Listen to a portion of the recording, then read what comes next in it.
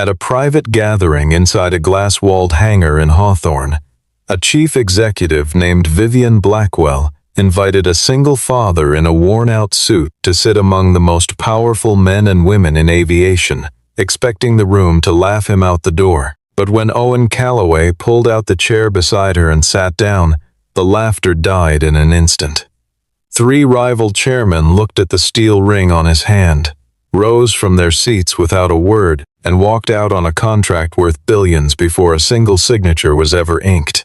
Vivian had no idea why. Owen knew exactly why. They were not afraid of the man in the faded jacket. They were afraid of what he had kept, quietly, for over a decade, about the very planes bearing their own names. If you love stories where quiet people hold more power than the room realizes, stay close. Because what happens next will change how you see every empty chair at a table like that one. Before the sun had fully cleared the tree line above the runway at Hawthorne, the hangar that housed the Blackwell Altair 900 was already humming with the particular tension of a company that had staked its future on a single flight. Technicians moved beneath the aircraft's long silver wing like a colony of ants circling something they did not fully trust. And somewhere above them, in a control room lined with monitors, executives watched numbers scroll past with the fixed stares of people who had already spent the money this airplane was supposed to earn. Owen Callaway knelt near the joint where the left wing met the fuselage, running a gloved hand along a seam that most people would have never noticed, listening to the aircraft the way another man might listen to a familiar voice on the phone for signs of something wrong beneath the words. The diagnostic panel on the wall blinked a clean, comforting green, but the numbers scrolling beneath that green told Owen a different story. A small stutter in the load pattern that repeated at almost the same interval every time. Too rhythmic to be noise and too subtle for anyone not looking for it. He straightened up, wiped his hands on a rag that had gone gray from years of use, and walked over to the fueling supervisors with a request that would, within the hour, upend the entire schedule. He asked that the fueling stop and that the aircraft remain in the hangar until someone reran the load diagnostics from a source outside the primary Blackwell software suite. The supervisor blinked at him, glanced toward the glass office above, and reluctantly radioed the request up the chain.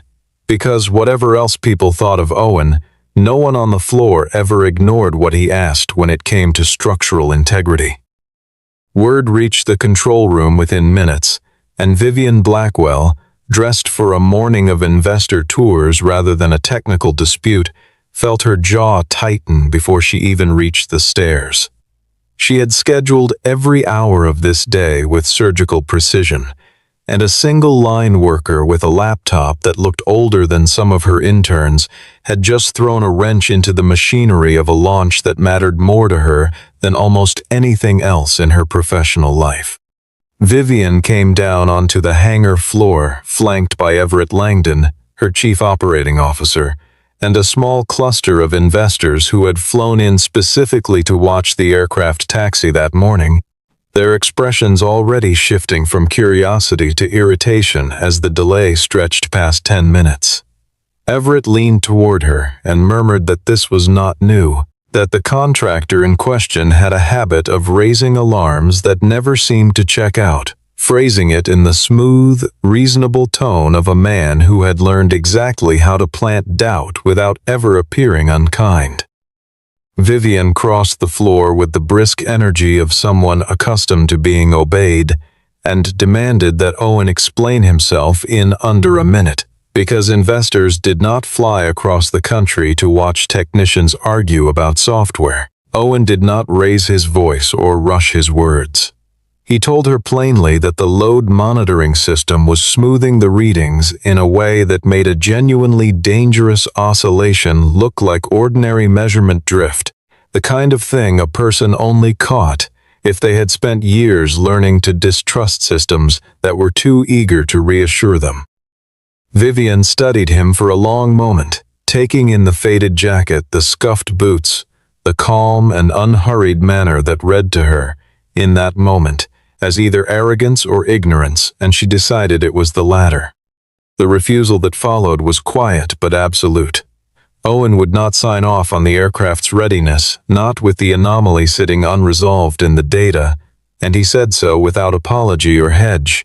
Vivian's response cut through the space between them with the practiced precision of someone who had learned early that scorn could substitute for an argument she did not have time to make. She told him, in front of investors and engineers alike, that a man who inspected wings with a machine older than her interns had no business lecturing her top engineers on how to do their jobs. Owen absorbed the comment without flinching, and when he answered, his voice carried no heat at all, only the flat certainty of someone who had said this kind of thing before and watched it proven true.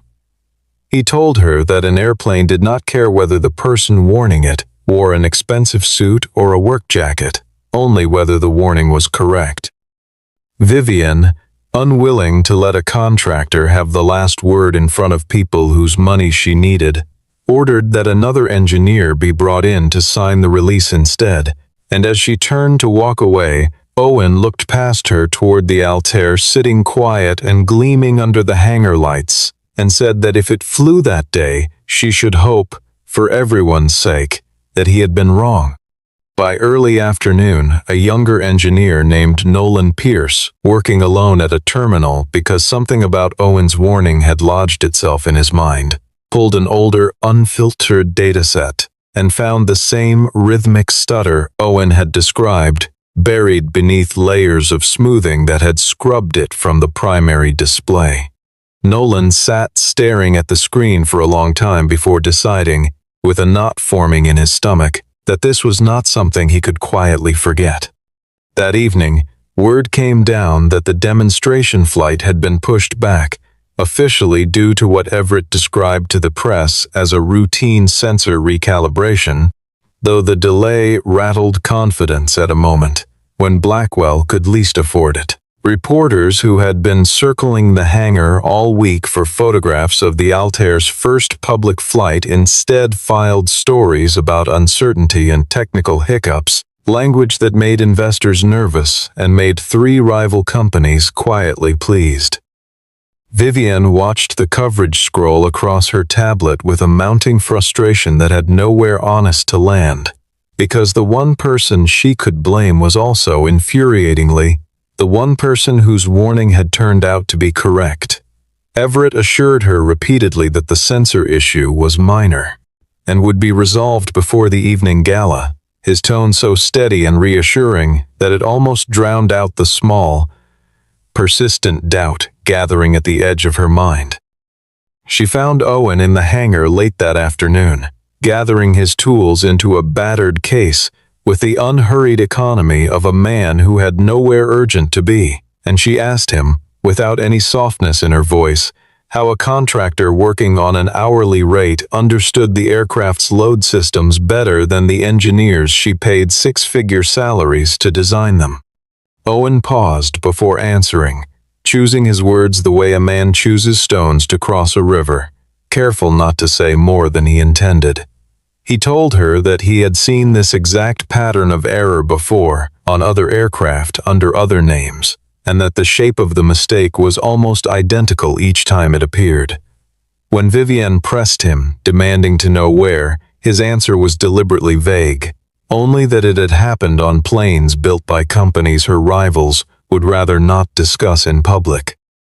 He warned her, plainly and without theatrics, that if she signed the technical commitment at the evening's gala without reading the appendix closely, Blackwell risked losing control over decisions concerning the very aircraft she was trying to sell.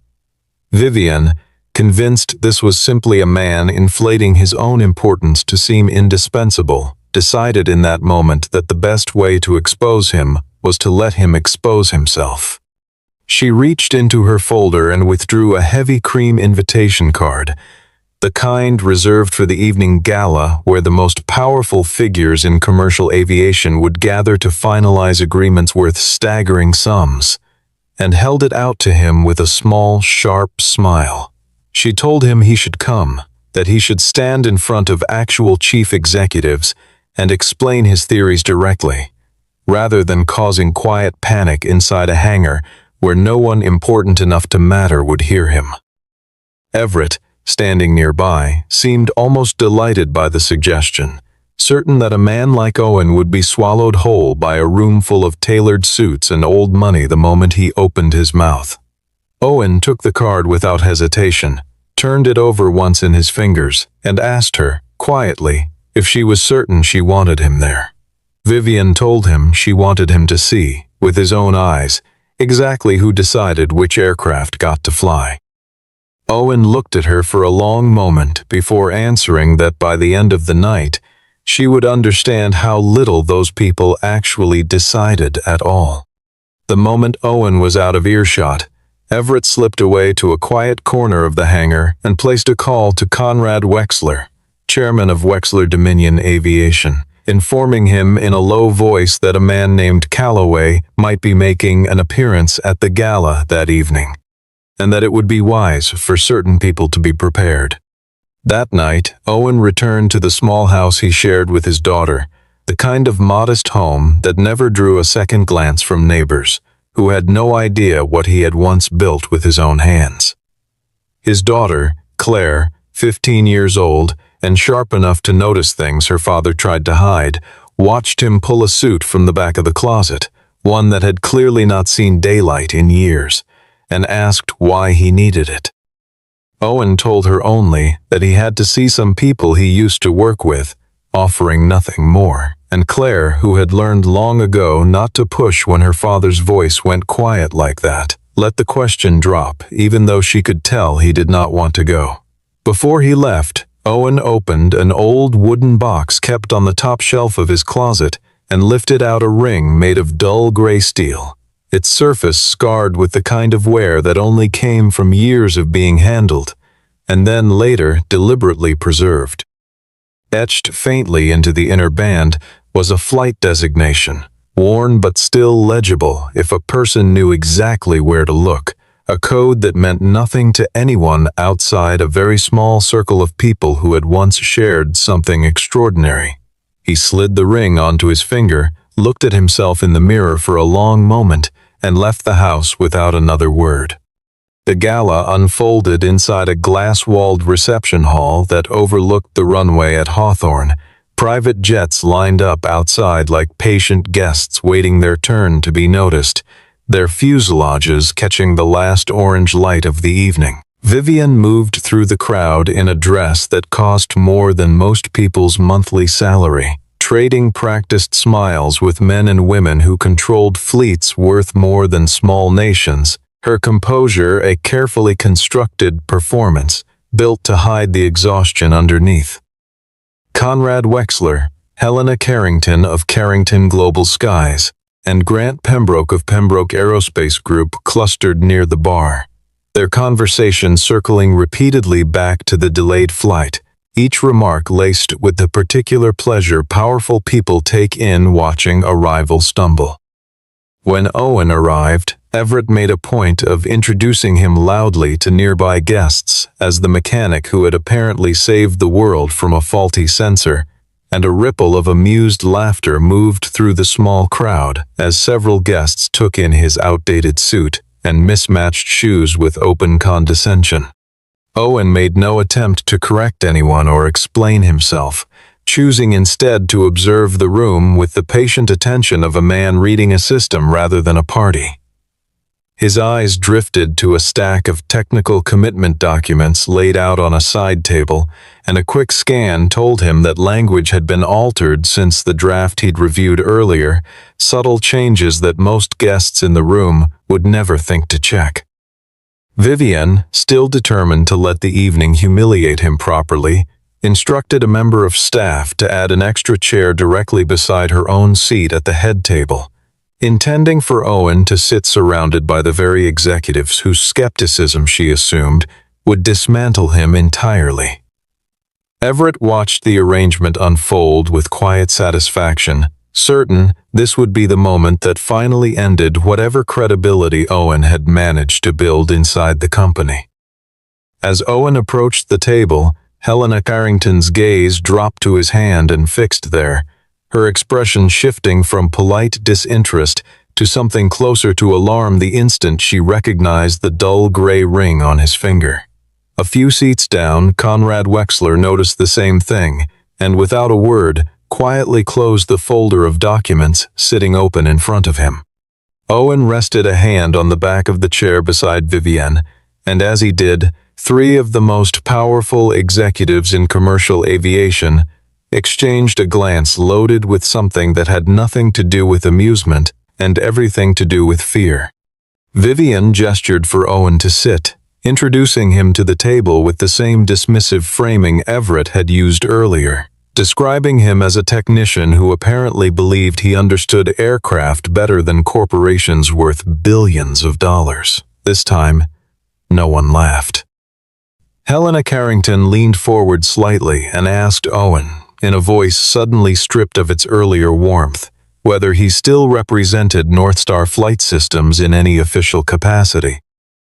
The name landed on Vivian like a small, cold shock, though she kept her expression carefully neutral, unwilling to let anyone at the table see that she had no idea what Helena meant. Owen answered simply that ownership at Northstar had never changed hands, not in the way some people might have assumed or hoped.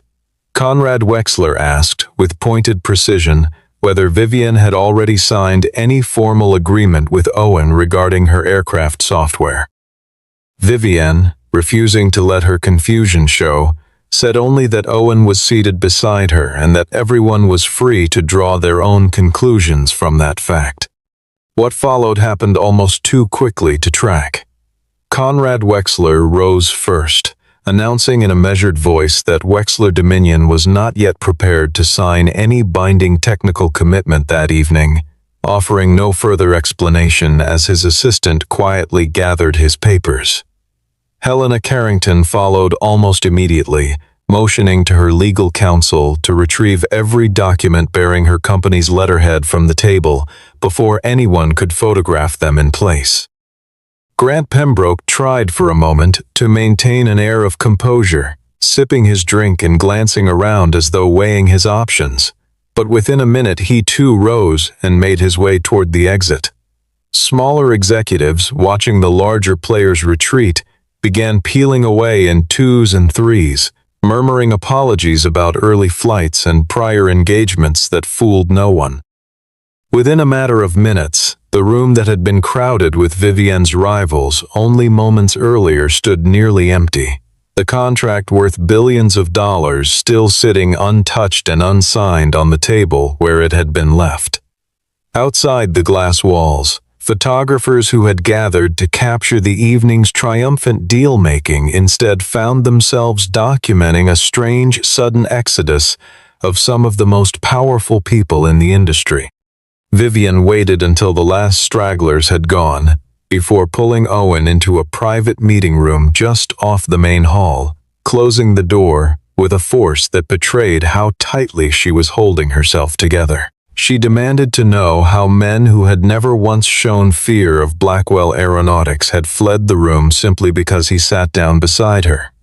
Owen told her, calmly, that they were not afraid of him as a person, but of what he legally owned and the evidence he could produce concerning Northstar's technology.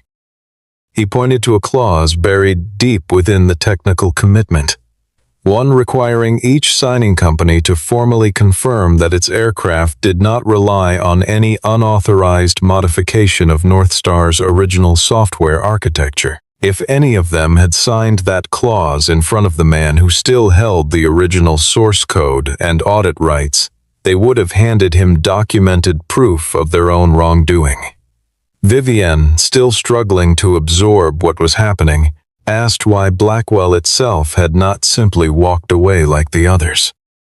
Owen looked at her steadily and told her that Blackwell had not left the room because she did not yet know her own company was on that same list. He reached into his jacket, withdrew a small data drive, and set it on the table between them without ceremony, its plain black casing giving no hint of the weight it carried. Etched on a small label was the designation of the Altair 900, alongside a digital signature that traced directly back to Everett Langdon. Owen began, slowly, to explain where all of this had started. 12 years earlier, he told her, he had worked alongside 4 other engineers to build a system capable of detecting fatigue cracks in composite aircraft wings before they became visible to the human eye, a technology built on tracking almost imperceptible patterns of vibration under load. That system became the foundation of a company called North Star Flight Systems, which eventually licensed its technology to several major manufacturers under strict conditions. Chief among them, that no company could alter the core code without direct approval from the original founding engineers. After his wife passed away from a long illness, Owen had stepped back from the company entirely, choosing a quieter life so he could raise Claire without the constant demands of an industry that rarely left room for grief. He retained ownership of the source code and full audit rights, a detail buried in legal filings that most people in the industry had long since forgotten, assuming wrongly that his departure meant North Star's influence over their operations had quietly faded away as well. Vivian pulled up internal purchasing records on her tablet, with hands that were no longer entirely steady, and there, buried in the approval chain, she found Everett's signature authorizing the acquisition of new load monitoring software presented internally as an official North Star upgrade. Owen told her, without judgment in his voice, that she may genuinely not have known, but that from this moment forward, continued silence would make her responsible in ways that ignorance could no longer excuse. Vivian, cornered and defensive, accused him of using the chaos of the evening to seize leverage over her company, her voice rising with the particular sharpness of someone protecting the last scrap of control she had left. Owen did not ask for money, and he did not ask for a position within Blackwell Aeronautics. His only request was that every Altair 900 remain grounded until its data could be independently verified against the original, unaltered North Star system. Everett appeared in the doorway. Moments later, his expression composed into practiced concern, denying every accusation with the smooth confidence of a man who had rehearsed this exact defense long before it was needed. He suggested to Vivian that Owen was nothing more than a bitter former engineer attempting to extort the industry using outdated patents that no longer held any real authority. He warned her that if she grounded the demonstration flight now, the board would have no choice but to remove her from her position entirely, framing the threat as concern for her career rather than an attempt to protect himself. Vivian stood caught between the reputation of the company bearing her family's name and the warning of a man she had, only hours earlier, invited to a party specifically to humiliate. She did not fully trust Owen yet, but she remembered, with a discomfort she could not shake, that he had already been proven right once that same day. After a long silence, she ordered the flight delayed an additional 6 hours so an independent verification could take place, a decision Everett accepted outwardly with calm before slipping away to quietly issue a command that deleted the last 3 months of stored flight test records. When Owen's small team attempted to pull historical load data the following morning, they found the servers scrubbed clean, 3 months of critical testing history simply gone, as though it had never existed at all.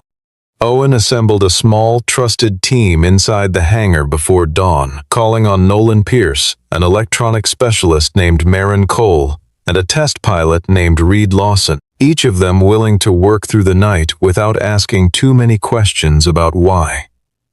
When it became clear the primary servers had been wiped, Owen revealed something Everett did not know, that the load sensors embedded in the aircraft's wing retained a separate, independent memory buffer never connected to the central Blackwell network. The team carefully opened an access panel along the wing to extract raw, unfiltered readings directly from the hardware itself. A slow and delicate process that left no room for mistakes. Vivian, still dressed from the gala the night before, arrived at the hangar and, for the first time in longer than she could remember, worked shoulder to shoulder with technicians, rather than observing them from behind glass. She held tools when asked, ran errands between stations, and watched Owen move through the aircraft's systems with a fluency that made her earlier dismissal of him feel increasingly foolish. Owen read the raw oscillation charts without needing any of the smoothing software Blackwell relied on, his eyes tracking patterns most engineers would need hours of analysis to identify. He pointed to the exact moment the dangerous vibration appeared, occurring precisely when fuel shifted from the auxiliary tank into the main supply line, a transition most systems handled without incident. This was not a fixed structural flaw, he explained, but a dangerous interaction between the altered NX-7B software and the aircraft's fuel transfer controller, a combination no one had thought to test together. If a pilot encountered strong turbulence at the exact moment that fuel transfer occurred, the resulting stress could push wing load beyond the aircraft's design tolerance in a matter of seconds. Vivian realized, watching him work, that Owen did not simply understand this software. He had helped design the underlying principles that governed how the entire system was supposed to behave in the first place. The contempt she had carried into the hangar the previous morning had, without her fully noticing the shift, curdled into something closer to respect, and beneath that, a quiet shame she was not yet ready to speak aloud. Everett, sensing the ground shifting beneath him, called an emergency session with the board of directors, framing the situation as a crisis of leadership rather than one of safety. He told the board that Vivian had allowed a contract technician to seize effective control over one of the company's most critical projects, language designed to make her sound reckless rather than careful. The board gave her an ultimatum: proceed with the demonstration flight exactly as scheduled or face immediate suspension from her role as chief executive. At nearly the same moment, a reporter contacted the company seeking comment on rumors that Owen had left North Star years earlier amid an internal dispute, a story clearly leaked by someone eager to discredit him before he could do further damage. Owen could have released his own evidence publicly to defend himself, but doing so immediately would almost certainly cost Blackwell the contract before anyone had a chance to fix what was actually broken. He told Vivian plainly that the decision belonged to her alone, that he would not make it for her, no matter what pressure the board applied. She now had to choose between protecting the executive chair she had spent years earning and protecting the lives of everyone who would eventually board an Altair 900. When Vivian finally announced that the aircraft would still take the runway as scheduled, Owen felt something in his chest tighten, certain, in that moment, that she had chosen the chair over the truth after all. What Owen did not yet understand was that Vivian had no intention of running the flight the way the board expected. Rather than presenting it as a routine commercial demonstration meant to reassure investors, she quietly restructured it into a fully monitored technical test flight, stripped of its celebratory framing entirely. She required every investor and client in attendance to watch live data feeds from the ground, rather than simply witnessing a smooth, choreographed takeoff meant to inspire confidence. In front of all of them, she stated plainly that Blackwell was actively investigating an irregularity within its load monitoring system, a level of transparency that visibly unsettled several members of her own board. Their anger was immediate, several accusing her of damaging the company's market value simply by admitting uncertainty existed at all. Vivian held her ground, telling them, with a steadiness that surprised even her, that a reputation built on concealment was not a reputation worth protecting once lives were genuinely at stake. Owen returned to the world of test flights that morning for the first time in years. though not as the one at the controls. He took a seat at the flight engineer's station beside Reed Lawson, tracking load data in real time rather than piloting the aircraft himself, his old certifications having long since gone unused. Vivian, who held her own pilot credentials from years earlier, chose to sit in an observation seat rather than remain safely on the ground, unwilling to ask others to accept a risk she was not willing to share.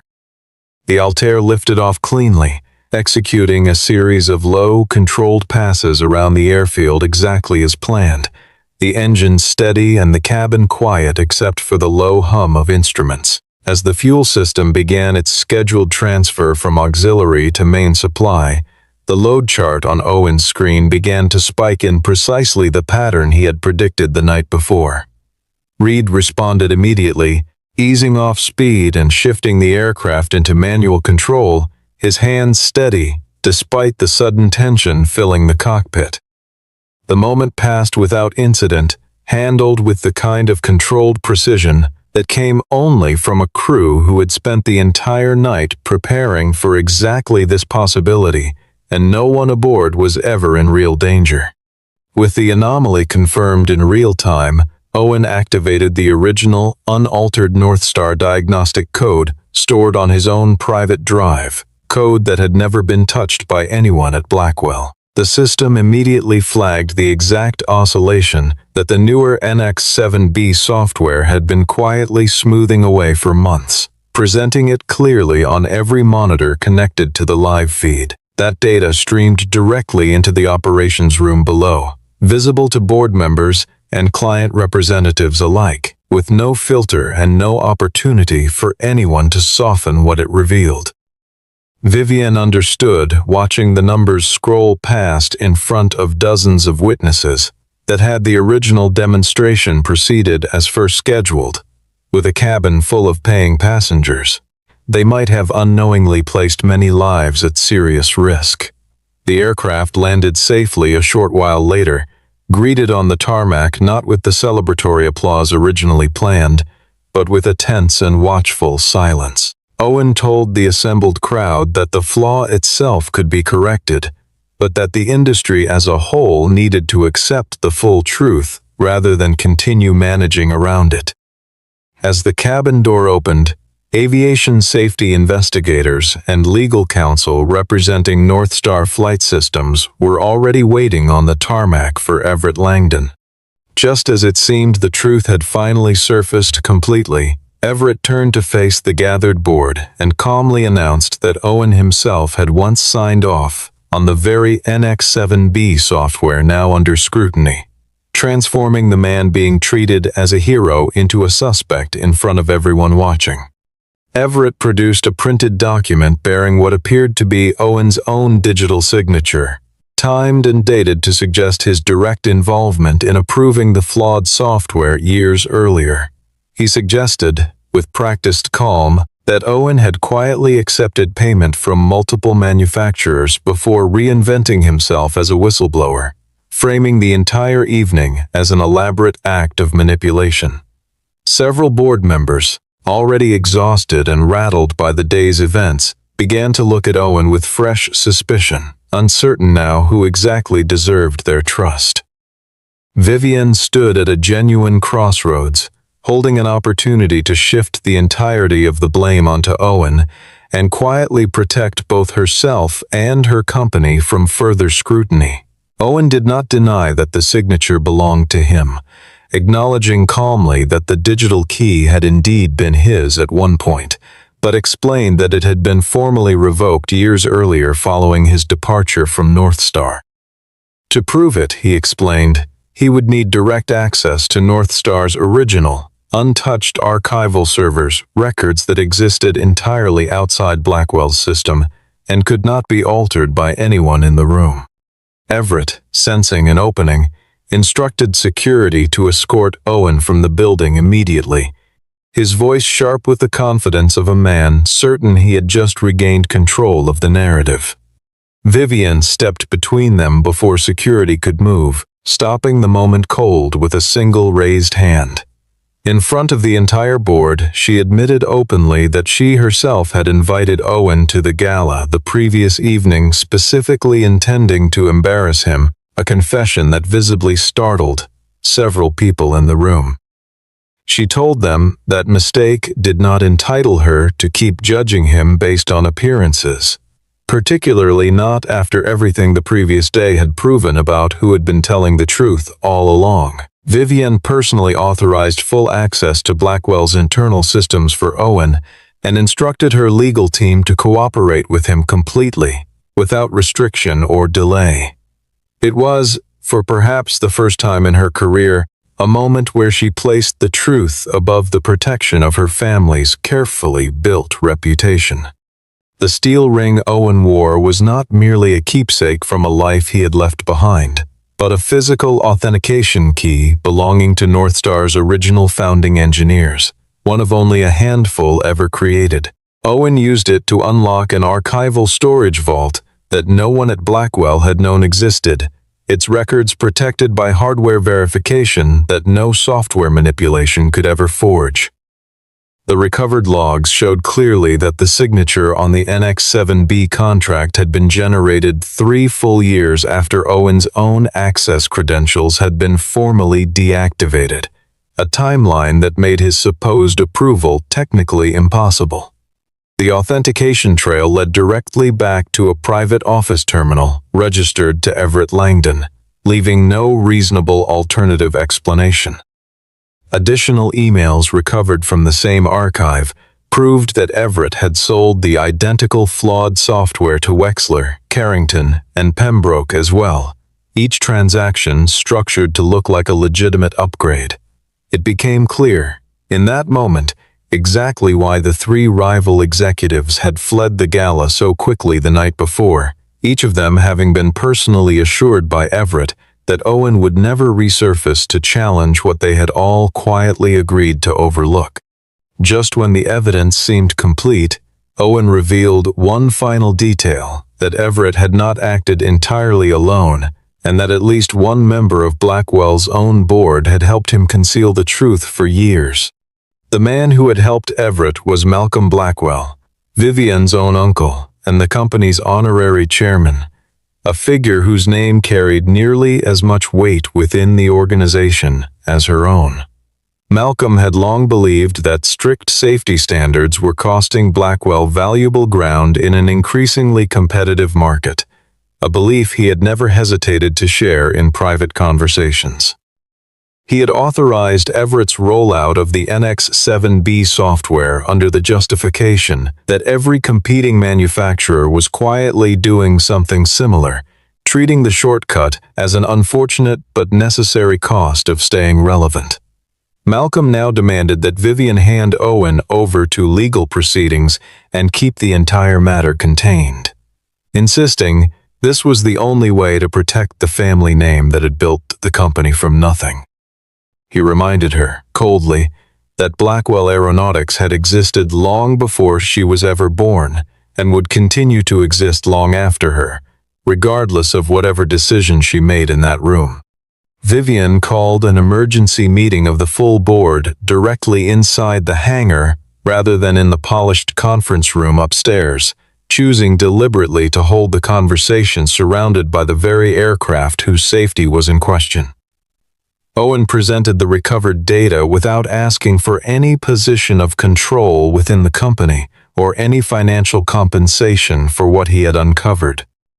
His conditions for restoring Northstar's license were simple and unyielding: that Blackwell disclose every violation publicly, that every aircraft currently in service be independently re-inspected, that both Everett and Malcolm be permanently removed from any operational authority, and that an independent oversight mechanism be established going forward. Several board members resisted fiercely until they learned that all 3 rival companies had already begun quietly grounding portions of their own fleets in the wake of the previous night's revelations. If Blackwell acted decisively now, ahead of its competitors, it stood a real chance of becoming the first company in the industry to genuinely rebuild public trust rather than simply manage the fallout.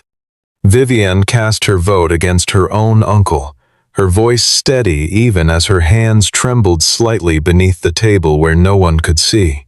Both Malcolm and Everett were formally suspended pending a full investigation, their offices sealed before the day was finished.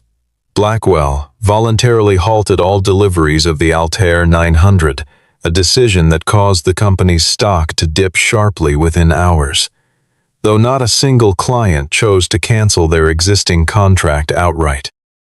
Many pilots and engineers within the company publicly voiced support for Vivian's transparency, several noting that they had long suspected something was being hidden but had never felt safe enough to say so aloud.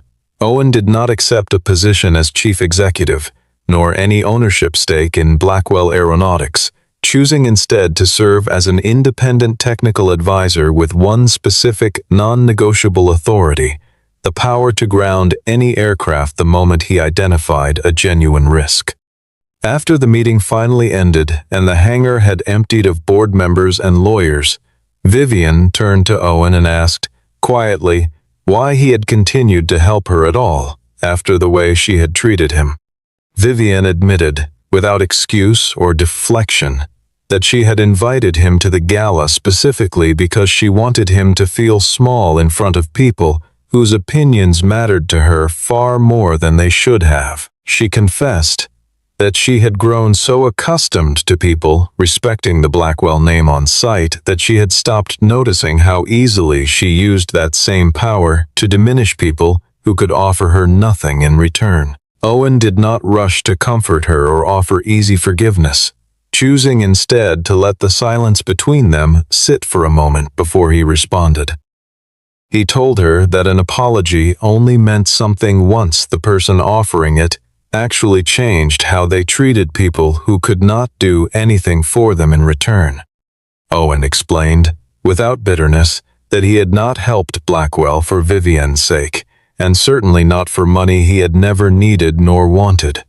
What mattered to him was that no young engineer, somewhere down the line, should ever have to carry the knowledge that they had seen a danger coming and lacked the power to stop a plane from taking off anyway.